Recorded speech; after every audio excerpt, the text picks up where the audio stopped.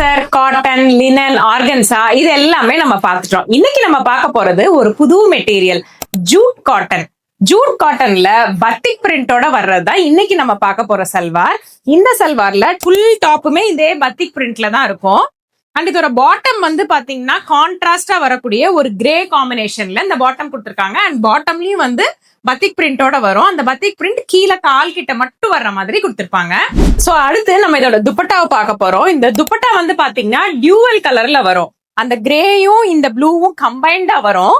மேல டாப் வந்து நம்ம இந்த கிரீன்ல போடும்போது துப்பட்டா வந்து கான்ட்ராஸ்டா இருக்கும். துப்பட்டா ஃபுல்லாவே வந்து பாத்தீங்கன்னா பத்திக் பிரிண்டோடயே வருது. இன்னைக்கு நம்ம பார்த்த ப்ராடக்ட்ல மொத்தம் 3 கலர்ஸ் அவைலபிளா இருக்கு.